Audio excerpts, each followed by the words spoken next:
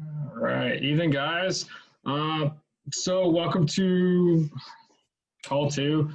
So first off, maybe I didn't really explain it that well, but the leadership call is not going to be revolved around one specific course. We're going to just keep rolling right through, indefinitely. So that's just something different than a lot of the other coaches and the courses that they're bringing out here compared to what I'm doing. Is that I'm not revolving this call around a specific course, but rather around the topic and theme of leadership. And I'm going to come obviously with something to talk about for the call, but it's going to be more of a discussion with everybody who's kicking around here. So just like that.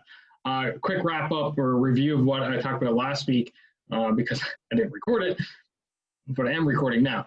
So first off, I kicked off, talked about what is leadership, and I went and posted up in the topic area podcasts, episodes. Well, I call them Monday Leadership Minutes. I don't really consider them episodes. So what that is, it's a segment of my podcast where they're about 4 to 5 minutes long, and I talk about a topic off the top, well, not off the top of my head, but that comes to mind that I feel like talking about at that moment. And I went through how I look at what is leadership, and you can see the 3 different parts in there.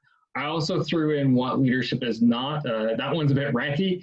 A little fired up on that one because I got really annoyed by a couple of the influencers out there, and essentially all they were trying to do is pass leadership off as a bunch of quotes and taglines and all this garbage that it really isn't. And so I wanted to dispel some myths out there what leadership is not.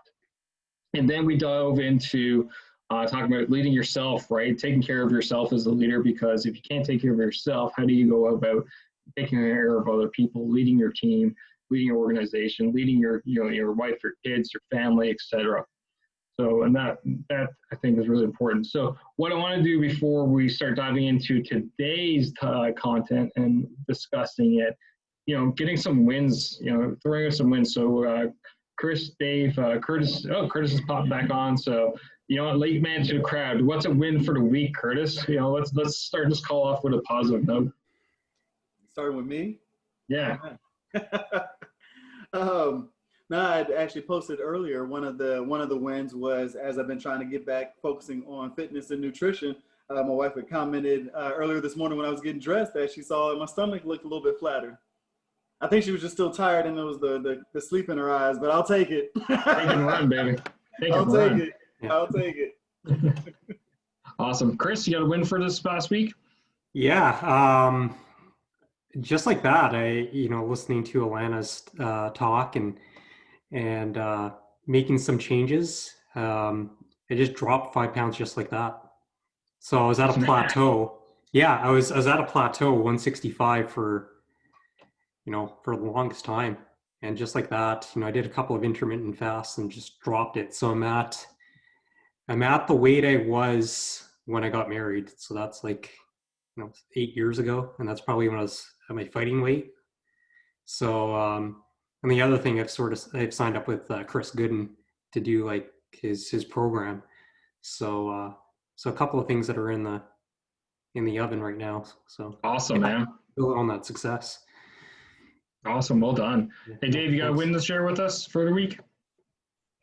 Yeah, I actually went back and read my notes several times from last week because I was looking over my curriculum for parenting, and it just really hit me how hard it is for guys to keep themselves fed, whatever it is. I mean, physical or fitness wise or mentally, so that they can do the good stuff in parenting, because they're always giving it everything they got. They get depleted, and then they feel like they're not entitled enough to claim some time and some attention for themselves. So, I kind of rearranged some things in my curriculum to build some of that in, to say, hey guys, it's okay. Take the time, invest in yourselves, take care of yourselves. you can't help anybody else if you're a sinking ship. Yeah, you're right. That was essentially the essence of the call last week here, right? So no, that's great. For myself on the win side, I managed to basically complete my my business, my podcast, and everything around that. I completed Q4 plan, so like my content is set from now until the end of the calendar year on what I'm doing. Curtis got a sneak peek at it there, I think yesterday, just because I like to dig them. So I'm trying to get Curtis to plan a bit better. We're getting there. We'll get there. But just to show what the power, the freedom, and I'm not gonna claim fame or ownership of the saying, but Jocko Willink always says, discipline equals freedom. So I really disciplined, sat there last night, pounded out this plan, said, okay, let's look at this. And what that's done now has enabled me. I'm no longer having to feel the deadline pressure of creating the content. The content plan is already there. I just need to take it out of my head, make some notes, and then put it into the big ass microphone I got sitting next to me. And not to mention, with my guests and stuff like that. So I just uploaded an episode that's going to get released on the 4th of November and scheduled it. So it's awesome. That's a great win for myself. So no, it's good to hear. So today I wanted to, I know last week I said that we're going to discuss leading your teams, but first I still wanted to kind of, not in the yourself realm, but I wanted to stay a little bit more in the leadership theoretical realm, so that when we dive into themes, we have a little bit more of a base. And what I wanted to discuss tonight was about the leadership style spectrum. And we're going to talk about our own leadership styles, and I'm going to talk about the different leadership styles out there. Now, this is the list I'm going to show up is not all inclusive. There's 50 million different ways to dissect leadership styles. And just give me a sec. I'll share my screen with the graphic. Okay, so there we go. So this is one thing that pops out as a leadership style spectrum. It's not inclusive. For example, servant leader is not in there, but you can find servant leader kind of overlaps with a few different other styles, i.e. supportive, participative, / a little bit of delegation in there as well. This, I'm not going to claim ownership of this graphic neither. This one actually comes out of one of the Canadian Forces manuals on leadership, but it's a good base. So I'm going to describe it, I'm going to talk about it, I'm going to explain how this works, what everything means. On the far left side, you have authoritarian. So that is a leadership style of someone who enjoys complete and utter control over every single decision that is being made in a circumstance. They do not allow any subordinates any leeway, do not allow subordinates to bring up any ideas. They do not look for input, etc. They enjoy complete and utter control of what's going on. If you go on to the other side of the spectrum, you have laissez-faire, which is the complete opposite of authoritarian. They don't give a crap what's going on. They don't care. They don't want to be involved. They just say, hey guys, go do this, and yeah, thanks, and walk away. Now, the manual has a box around everything inside of those things, and they refer to it as effective influence behaviors, i.e. this is inside these zones is where you as a leader effectively can influence people's behaviors and stuff like this. I will disagree with it a little bit. Because what they're implying is that authoritarian and laissez-faire have no space within leadership. And I'll talk a bit more, I'll go into why I disagree with that later. So what I'm going to do is go through the different ones that they have there and explain them a little bit. So starting from the right, and we're going to work our way left. So obviously, on the right is hands off, on the left is complete control. So as we work our way, you get more and more control of the style. Delegation, i.e. you have a task, you say, hey, here's the task, this is what I need you to do, go about and do it for me. Participative is, hey, here's a task. Let's do this. I'm going to be there. I'm going to help out. But mostly it's going to be you folks taking care of it. Supportive is you getting a little bit more involved. You're in there. Hey, here's our task. Let's go in. I'm going to get my hands dirty as well. But again, you guys are going to be taking care of the bulk of it. But if you need something, I'm going to make sure we get it for you. Facilitative is, okay, let's get everybody together. Let's get these extra things that we need to go ahead and get people in. Let's facilitate getting whatever it is that needs to get done. I may be running with it. I may not be running with it, but I'm going to facilitate that discussion. I'm going to facilitate people getting involved and getting whatever needs to get done. Persuasive gets more into the influence part where we think influence, when we think of influence. So persuasive is, hey, you don't want to do that, Doug, but you know what? This is really important. This is, this has a lot of merits. This is how it's going to achieve our mission. This is the vision I have, etc. And eventually people start going, okay, I see it. All right, let's do it. We get it done. Achievement oriented is more where you start getting into, all right, if you do this for us, you're going to get some kind of reward. You're going to get some kind of, achievement. You're going to, get a good evaluation, etc. The follow-on one is now where we're going to really start feeling that negative side of the spectrum, and that is contingent reward and punishment. So do this, I'll give you that. Don't do it, I'm going to smack you, however that metaphorically may come out. Directive, finally, is do this, I don't care. Here, go about, do it. So that is basically the spectrum. So again, on the right is really hands-offish, on the left is complete hands-on, and then they say that effective leaders kind of fall somewhere in the middle. You'll see from delegation to achievement-oriented transformational leadership, and that's a bit of a buzzword that was floating around the Canadian Forces for a while. And essentially what transformational leaders are leaders who inspire their people, motivate their people, get them to really buy into the mission, get them to really buy into the vision, and get them to go about. So what I want you guys to think about now for 30 seconds or so is think about, which style do you think is best? After those quick explanations, which one is best?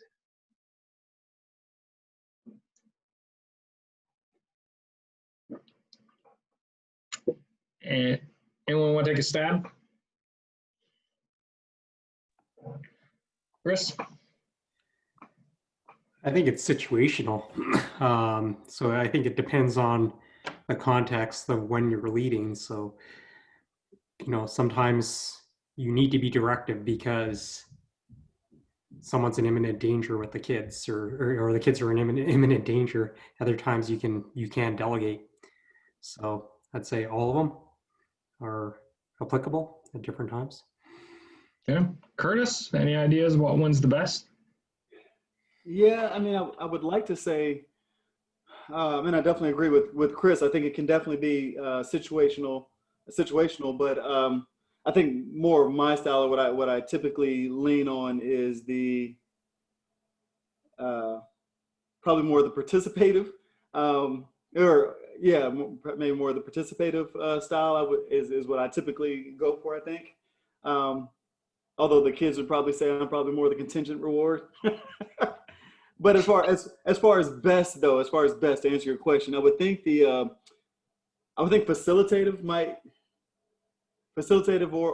I think I like facilitative as best, just because it's making sure that the teams have what they need to get the job done, and you help as needed. All right. Dave, any ideas? Yeah, persuasive. Persuasive. Why is that? You want people to be a part of the team. They may not get it at first, but it's the best for them to feel like that they belong. And this is a mission that people are carrying out together. Right. All right. Cool. So, bit of a trick question. That question is probably one I get the most as a coach when I'm dealing with leadership, and especially people who are relatively new in leader. And they're like, which is the best leadership style? Scott, tell me. And you know what? Chris is actually right. All of them are the best and none of them are the best. It is 100% situational dependent. And what actually makes the mark of a great leader, in my mind, is someone who can seamlessly slide along the spectrum and use that situation and use the style appropriate to the situation. Because when I was commanding, I would go, like, you would think I was crazy if you looked at this spectrum and looked at how I slid within 30 minutes. Sometimes I would be authoritarian, then I go to delegation, and then laissez-faire and back down to persuasive within the span of 30 minutes in 3 to 4 different situations and scenarios. Right, I could have had someone in my office, closed door meeting, where they were getting what we would like to refer to as jacked up. What all you civilians think us military guys do all the time. Blah blah blah blah blah blah blah. Do that for a couple of minutes. Walk down to another office. Say, hey guys, here's a project. Here's what we're looking for as the end state. Figure it out. Completely laissez-faire. Don't care. You guys go figure it out. Let me know what you need in.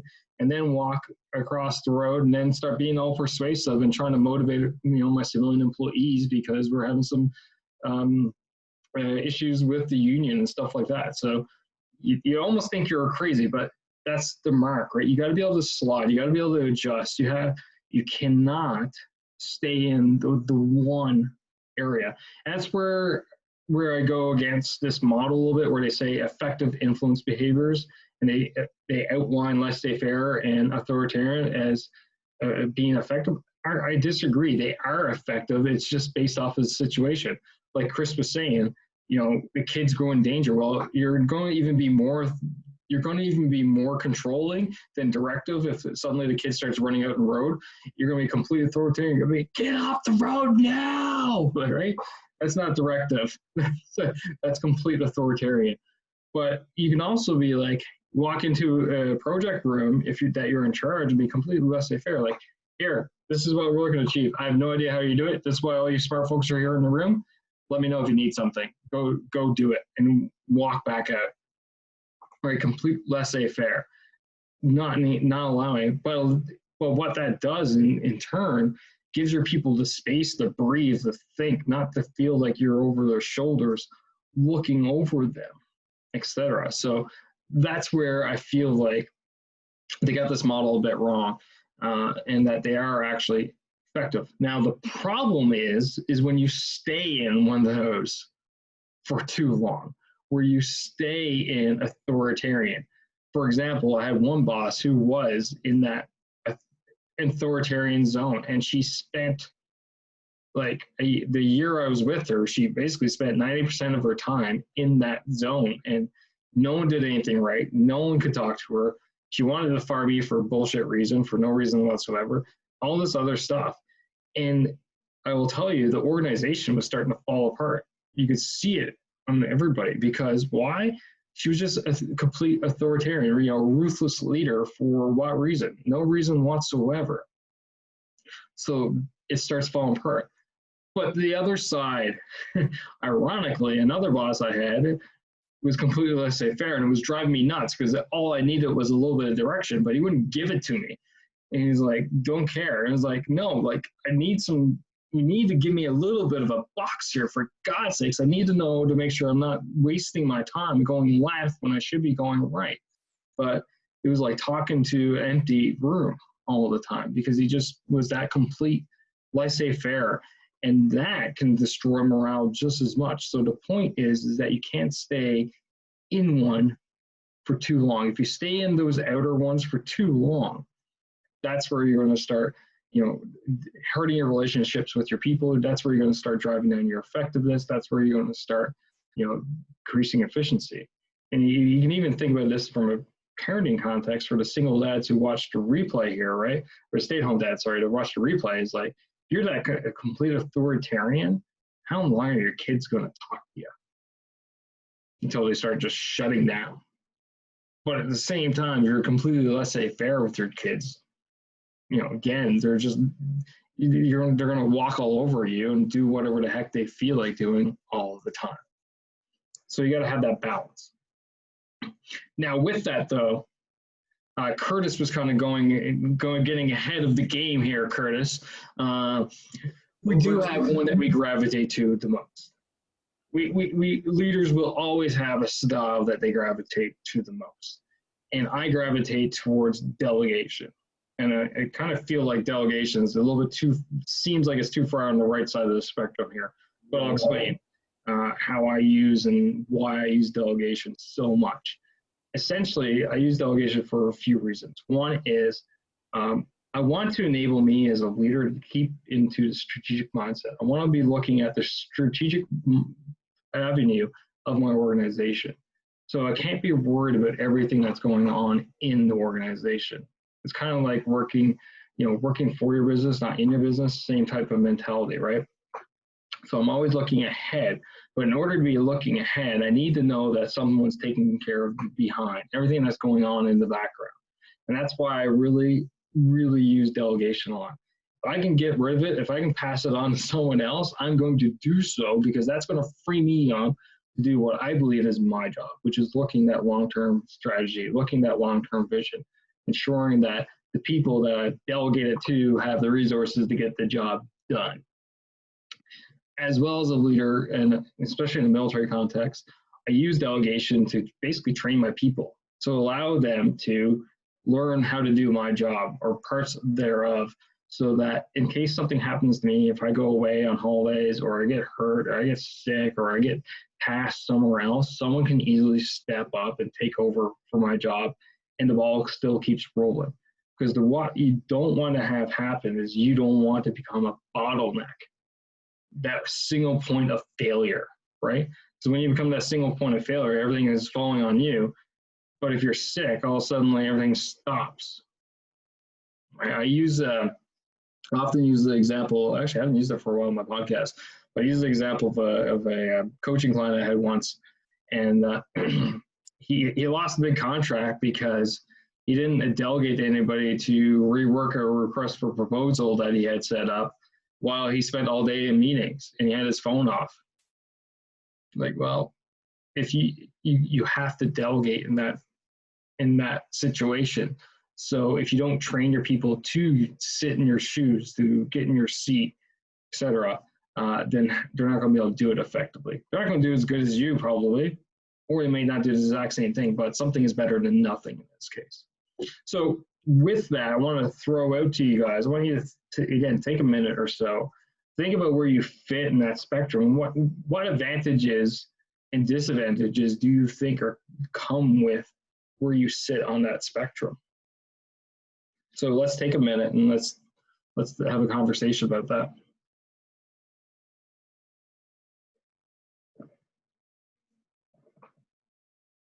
And if anybody's ready to go, feel free to unmute yourself and start talking.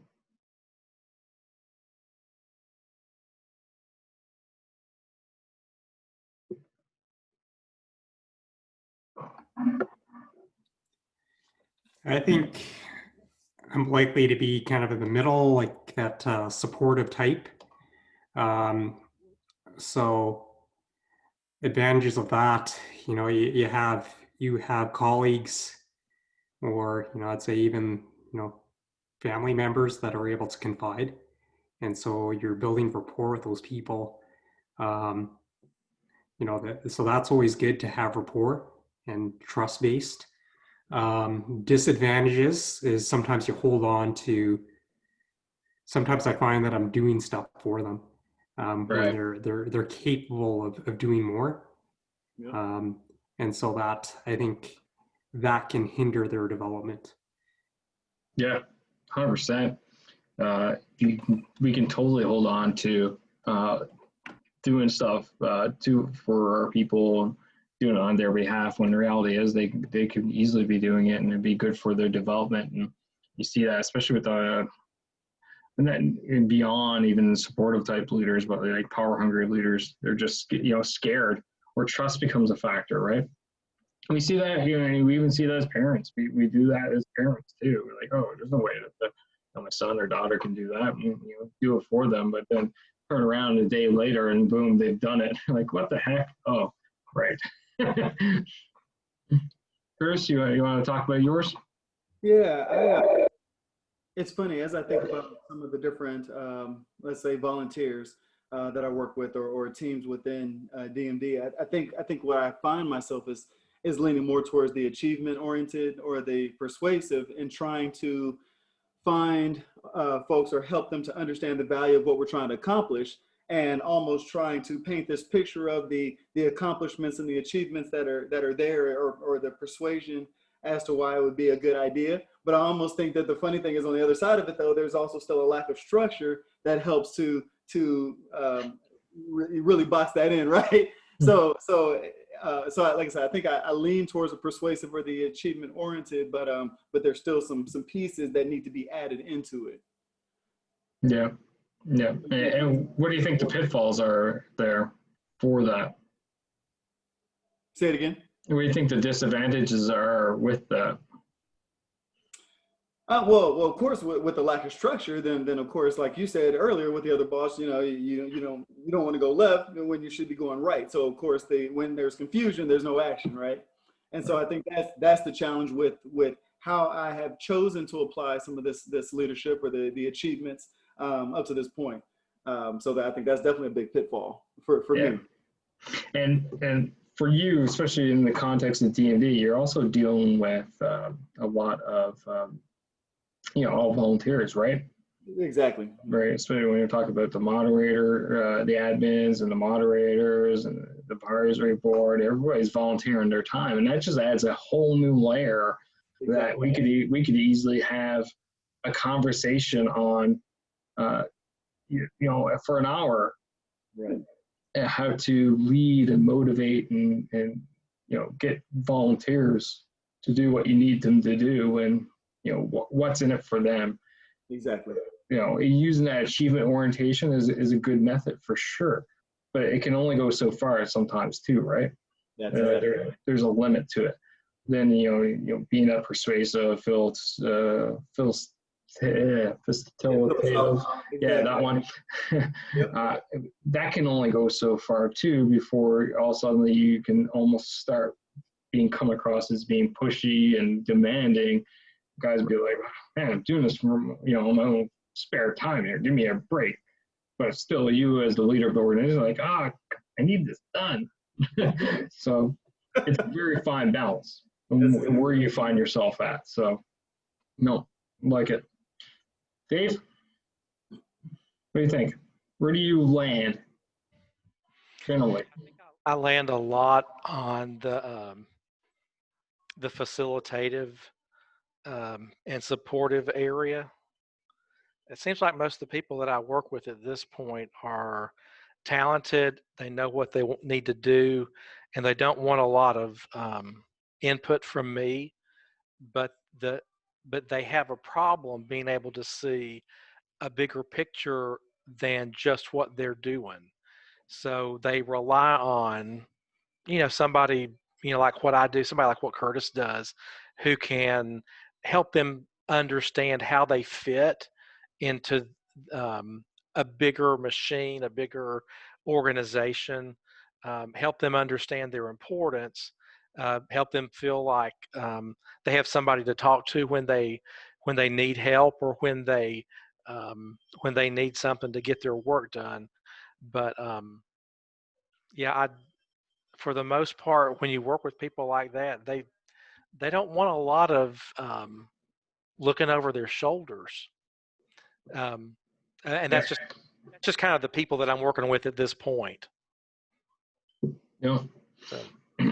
I assume it's a lot like what Curtis said, but how do you see some of the disadvantages of that style being?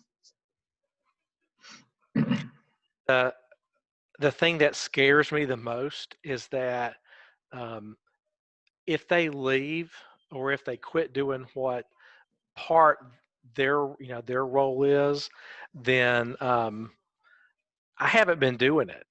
I don't know how to do what they do, and I'll have to quickly find somebody to step in to pick up that particular activity. And it might not be a big deal, or it might leave a hole for a while, and that'll that'll make me look, like I didn't lead in an effective way. Right, right. No, that's for sure. Especially when you're in organizations that have some, highly technical functions, right? And there's people that are just one of ones. The one person that can do this, or the one technician, or the one welder, or whatever, right? The one mom. But when that person leaves, that kind of has a big void. So that's where it goes into what I was talking about earlier, is how I see my role as the leader, right? When I'm leading these organizations, especially when I have critical vulnerabilities, i.e. people who have skill sets and they're one of one or one of two.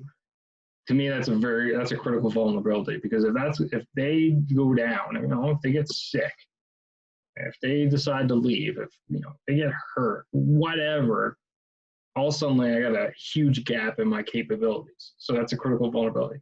And as a leader, I got to be thinking ahead, right? How do I mitigate?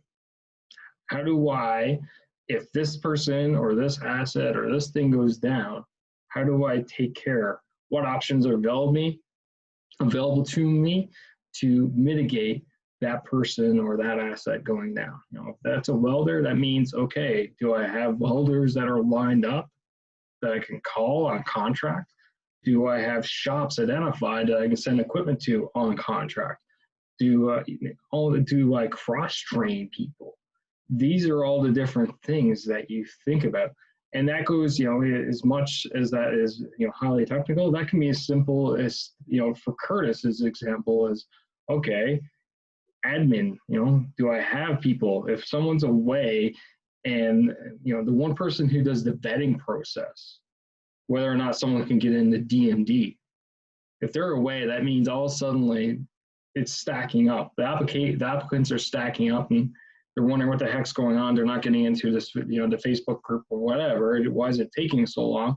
Because that one person who is trained to vet people isn't there. That's a critical vulnerability. So then you can go ahead and have others that are lined up behind them that can take that role on when they're not there. So again, that goes back to having the vision, thinking ahead. And that's where I really try to spend my time at, is looking ahead and looking at these critical vulnerabilities, these choke points, and seeing how I can mitigate them, and seeing how I can, do overlap, how I can basically ensure that there's continuity, that, whatever is getting done needs to continue getting done. And sometimes that is replicating me in some fashion, and sometimes that's replicating either people or resources in some kind of fashion.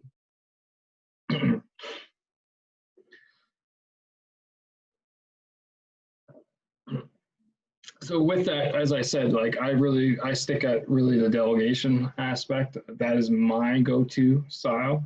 But again, going back to what I've talked about earlier, is that there is no real one good style. And one of the things that really annoy me, two things kind of wrapped up in one, that annoy me with a lot of leadership influencers out there today, is that a lot of them say, well, this is the type of leadership you should be using.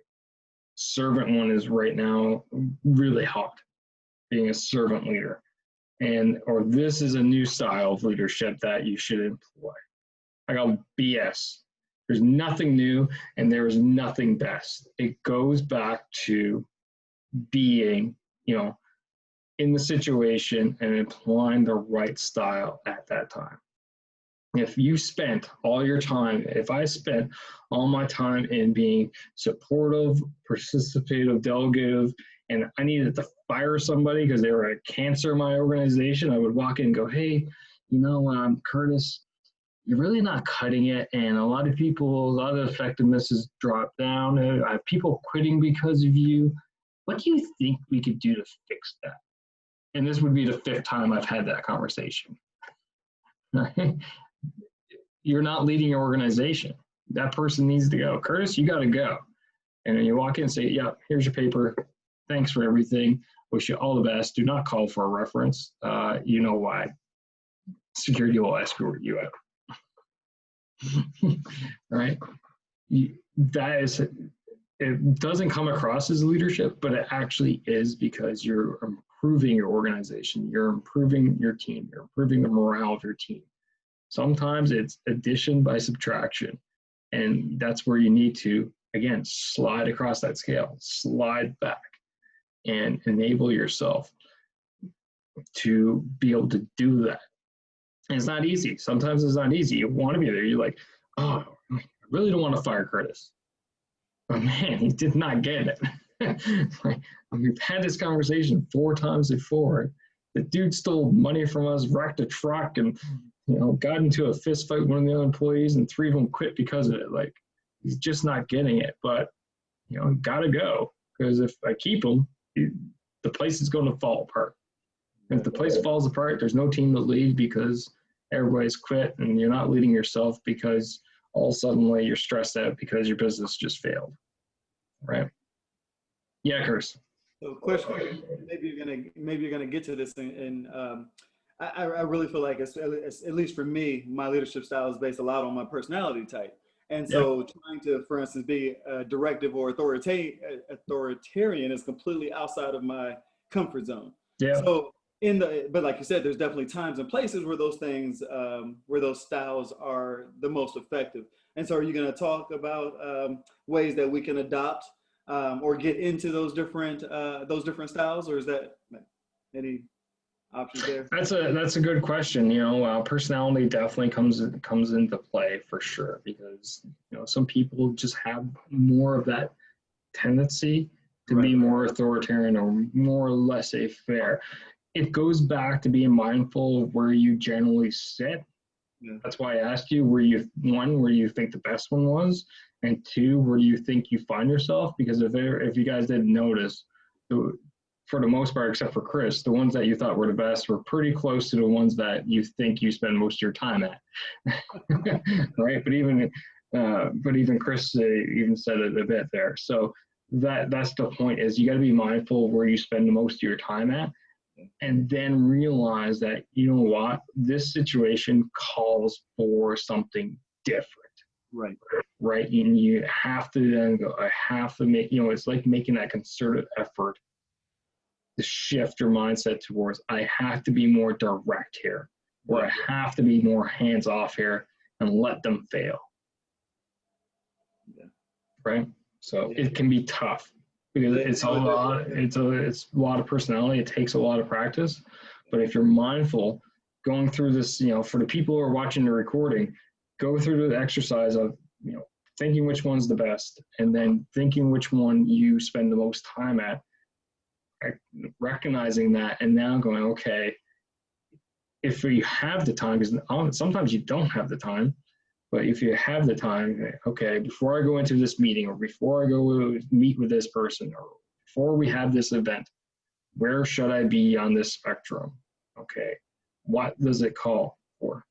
If it's, the place is falling apart and I need to grip my people because they're not doing what they should be doing and stuff like this, I need to be a bit more directive.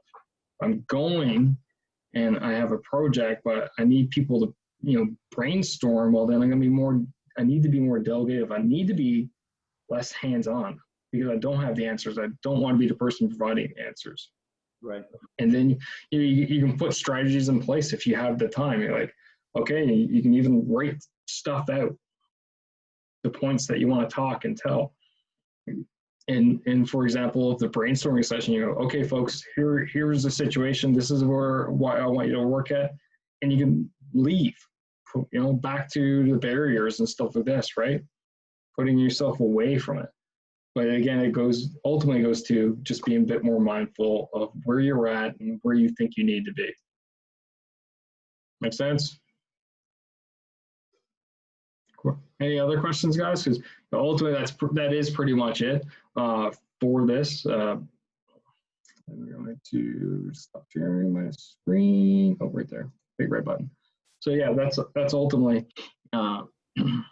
what I wanted to discuss tonight. But I felt like that would be important for us to go through before we go into leading your teams and leading organizations. Because as we talk about topics in there, style is no doubt going to pop up, right? What kind of style is the best to use in crisis? Oh, Usually it's more directive, but sometimes you can be a bit more delegative. What kind of style should you use in awards? Well, achievement oriented, stuff like that. So I wanted to make sure we talked about that just to give everybody a good baseline before we get into those topics. Chris, Dave, any other questions? Yeah, I got one. Yeah. I think it's a really cool discussion. I'm curious on what strategies you have to, you encounter an event, you behave a certain way, and, how do you figure out what would be the optimum way? One, after the fact, so doing, let's say, a post-mortem, and then how do you do that when you're in the situation when you don't have a lot of time to think? Yeah, no. Yeah, so I'll answer the second question first and the first question second. Okay. In the moment, it's really difficult, and ultimately it's going to take a lot of experience. Obviously, there's certain things that are going to obviously require a certain style. Like we go back to the kids running into traffic, right? You need to have that style, directive, authoritarian. Don't run into the traffic. Get out here now.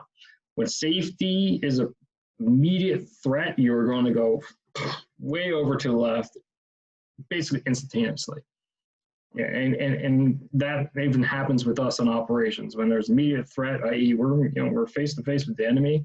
Person in charge is the one that is given orders. There's no question about him. You do them. That is it. Like there's zero input, right?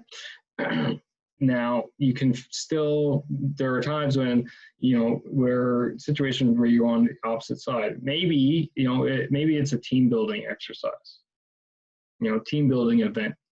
Right, you walk into that scenario. Well, you don't want to be authoritarian. It's a team building event. You need to be getting to know people and stuff like that. So that's where you can automatically go ahead and go completely laissez-faire, not care, just go have fun.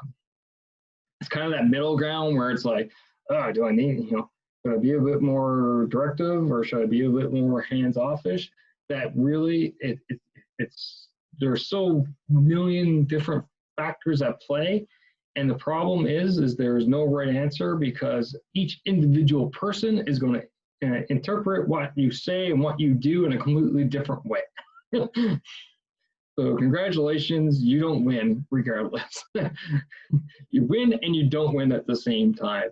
And it's tough, and that's part of leadership that just sucks. Now, the first question you asked. One easy tactic to use is what we like to refer to as after action review, AAR, where you sit down, what went right, what went wrong, what could improve, what should we, do the same. And you can do this yourself, or you can bring in a few trusted people that you trust their opinions, that are not going to get super emotional about what went on, that will give it to you straight up, let you know straight up, whether that's good or bad. Answers to those questions and bring them in and say, all right, folks, let's talk about this so that we can improve for next time. What, in this situation, what did I do good? What did I do wrong? How do you think I should have handled it from your point of view? And what are those reasons? As long as you got those, 3 to 4 trusted people, they will tell you straight up. That's a great source of information, whether or not you handled it properly. But again, you need to do that reflection yourself too, because back to what I said earlier, everybody interpreted it differently. And the closer they are to you in the organization, the more likely, potentially, they are going to be to lean towards you in the way you are doing things, right?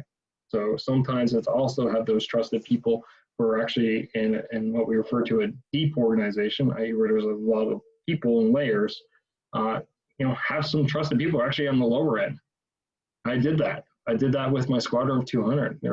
I knew people who I could walk up to and say, hey, what's going on? And they will tell me exactly what they're thinking without remorse. And sometimes my time paid for it, but it was still invaluable information. So just a few strategies and ideas.